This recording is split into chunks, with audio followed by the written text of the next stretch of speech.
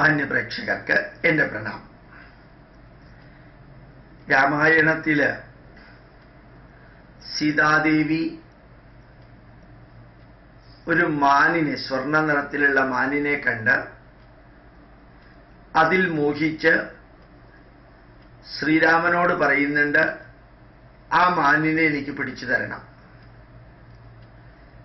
ശ്രീരാമൻ പറഞ്ഞു, അത് ശരിക്കും മാനല്ല, അത് മായാവിയാണ്, അതുപോലെയുള്ള ഒന്നില് ഭ്രമിക്കരുത്, ഇത് കാടാണ്, നാട് പോലെയുള്ള അവസ്ഥയല്ല,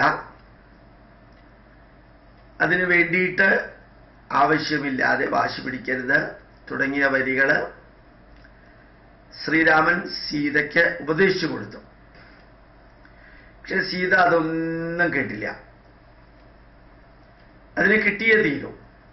എന്നിട്ട് സീതാദേവി പറയുകയും ചെയ്തു, ഞാൻ ഇത്രയും കാലം അങ്ങയോട് എന്തെങ്കിലും വേണമെന്ന് ആവശ്യപ്പെട്ടിട്ടില്ലല്ലോ, ഇതെങ്കിലും എനിക്ക് സാധിപ്പിച്ച് തന്നൂടെ? ഈ ഒരു വരി കേട്ടപ്പോ ശ്രീരാമൻ തീരുമാനിച്ചു, വരുന്നത് വരട്ടെ. സീതാദേവി പറഞ്ഞത് കൊടുക്കാം.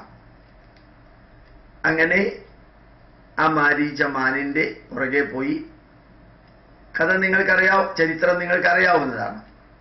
കുറെ കഴിഞ്ഞൊരു ശബ്ദം കേട്ടു, ഹാ ലക്ഷ്മണ ഹാ സീതേ എന്ന്. ആ ശബ്ദം കേട്ടപ്പോ ലക്ഷ്മണന് മനസ്സിലായി, ഇത് മായാവികളുടെ പ്രത്യേക ശബ്ദമൊക്കെയാണ്, ഇത് ശ്രീരാമന്റെ ശബ്ദമല്ല. പക്ഷെ സീതാദേവിക്ക് അതൊട്ടും അങ്ങോട്ട് മനസ്സിലാക്കാൻ സാധിച്ചില്ല. ഇത് ശ്രീരാമന്റെ ശബ്ദം തന്നെയാണ്, ഇത് ശ്രീരാമൻ വിളിക്കുകയാണ്. ലക്ഷ്മണൻ സീതാദേവിയോട് വളരെ വ്യക്തമായിട്ട് പറഞ്ഞു, ശ്രീരാമനെ തോൽപ്പിക്കാൻ ഈ ലോകത്തിൽ ആരുമില്ല, ശ്രീരാമൻ ഇങ്ങനെ കരയേണ്ടി വരില്ല, ശ്രീരാമൻ ലോകത്തിലെ ഒന്നിൻ്റെയും മുമ്പിൽ പരാജയപ്പെടില്ല, വീരശൂര പരാക്രമിയായ ശ്രീരാമൻ ഹാ ലക്ഷ്മണ ഹാ സീതേ എന്ന് പറയേണ്ട ആവശ്യം വരില്ല. ഇതൊന്നും സീതാദേവിയുടെ ചെവിയിലേക്ക് പോയില്ല. വളരെ ദേഷ്യത്തില് സീതാദേവി ലക്ഷ്മണനോട് പറയുന്നുണ്ട്, ലക്ഷ്മണ, നിന്റെയും ഭരതന്റെയും മനസ്സിലിരിപ്പ് എന്താണെന്ന് എനിക്ക് വ്യക്തമായിട്ടറിയാം.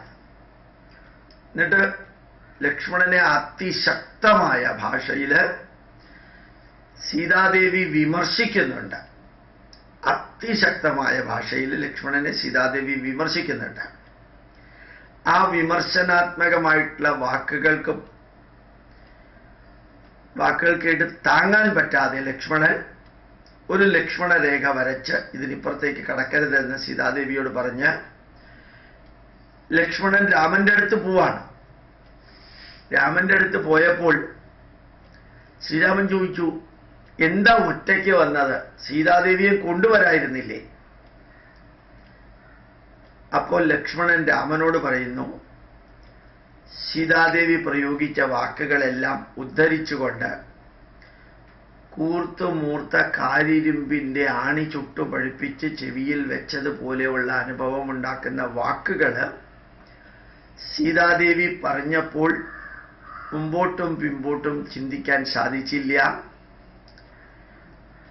ഞാൻ ഒരു രേഖ വരച്ചിട്ട് ഇങ്ങോട്ട് പോന്നു. അപ്പൊ രാമൻ വീണ്ടും വീണ്ടും ചോദിച്ചു, സീതയെയും കൊണ്ടുവരായിരുന്നില്ലേ? എന്തിനാ രേഖ വരച്ചിട്ട് വന്നത്? സീതയെയും കൂട്ടിക്കൊണ്ടുവരായിരുന്നില്ലേ? അപ്പൊ ലക്ഷ്മൺ അതിന് മറുപടി പറഞ്ഞത്, എനിക്ക് പറ്റിപ്പോയി, ആ അന്തരീക്ഷത്തില് അങ്ങനെ സംഭവിച്ചു പോയി. ഇനി ഞാൻ രാമായണത്തിൽ നിന്ന് മാറുകയാണ്. നമ്മളുടെയും ജീവിതത്തില് ഏത് കാര്യങ്ങൾ നോക്കുകയാണെങ്കിലും അബദ്ധത്തില് അത് പറ്റിപ്പോയതാണ്.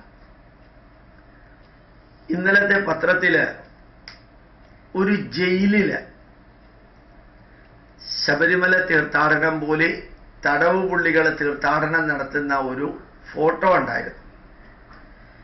ഇവിടെ ജാതിയോ മതമോ നോക്കാതെ ജയിൽ പുള്ളികള് ശരിക്കും വ്രതമെടുത്ത് മാലയിട്ട് ജയിലിനകത്തുള്ള അമ്പലത്തിലേക്ക് മകരസംക്രാന്തിയോടനുബന്ധിച്ചോ മറ്റോ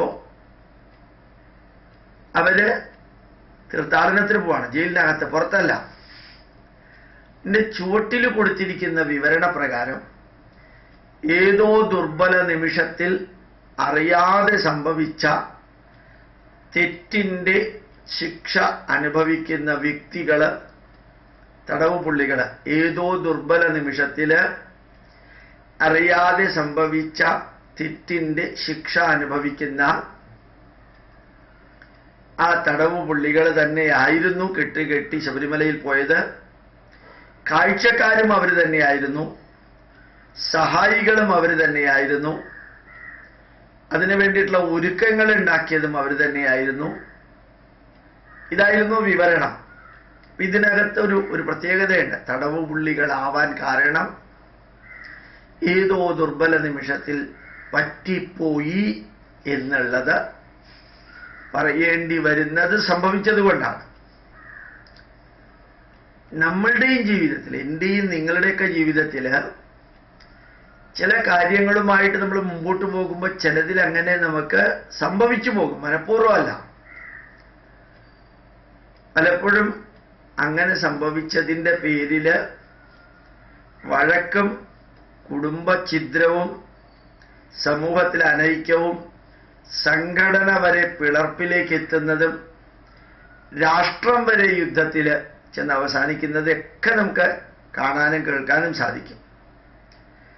അവിടെ എല്ലാം ഈ പറ്റിപ്പോയി എന്ന ആ വാക്ക്, സംഭവിച്ചു പോയി എന്ന വാക്കാണ്.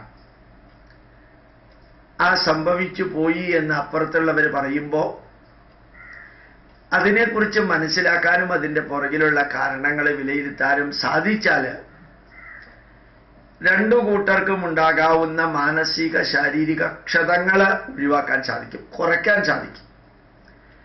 ഒരബദ്ധം സംഭവിച്ചു പോയി, തെറ്റ് സംഭവിച്ചു പോയി, കുറവ് സംഭവിച്ചു പോയി, പ്രശ്നങ്ങൾ ഉണ്ടായി, അതിൻ്റെ കോൺസിക്വൻസ് അതെല്ലാം അഭിമുഖീകരിക്കുമ്പോഴും ഇതാർക്ക് വേണമെങ്കിലും സംഭവിക്കാം. ചിലപ്പോൾ ന്യായീകരിക്കാം, വിനാശകാലേ വിപരീത ബുദ്ധി എന്ന് ന്യായീകരിക്കാം. പക്ഷെ പാസ്റ്റ് കനോട്ട് ബി കറക്റ്റഡ്. ഭൂതകാലത്തെ കറക്റ്റ് ചെയ്യാൻ പറ്റില്ല. ഭൂതകാലത്തിന്റെ പരിണത ഫലത്തെ കുറേയൊക്കെ മാറ്റാനും വർത്തമാനവും ഭാവിയും കുറേയൊക്കെ ഇംപ്രൂവ് ചെയ്യാനും സാധിക്കുമെന്നല്ലാതെ സംഭവിച്ചു പോയി, പറ്റിപ്പോയി, അങ്ങനെ നടന്നു എന്നെല്ലാം പറയുമ്പോൾ നമ്മൾ അറിയാനുള്ളത്, അറിഞ്ഞുകൊണ്ട് കോൺഷ്യസ് ആയിട്ട് ചെയ്യുന്ന കാര്യങ്ങളുടെ തെറ്റും അറിയാതെ വരും വരായികകള്, ചിന്തിക്കാതെ സംഭവിക്കുന്ന തെറ്റുകളുമെല്ലാം നമ്മുടെ ജീവിതത്തിന്റെ ഭാഗമാണെന്നറിയാൻ സാധിക്കട്ടെ. പ്രണാമം, നമസ്കാരം.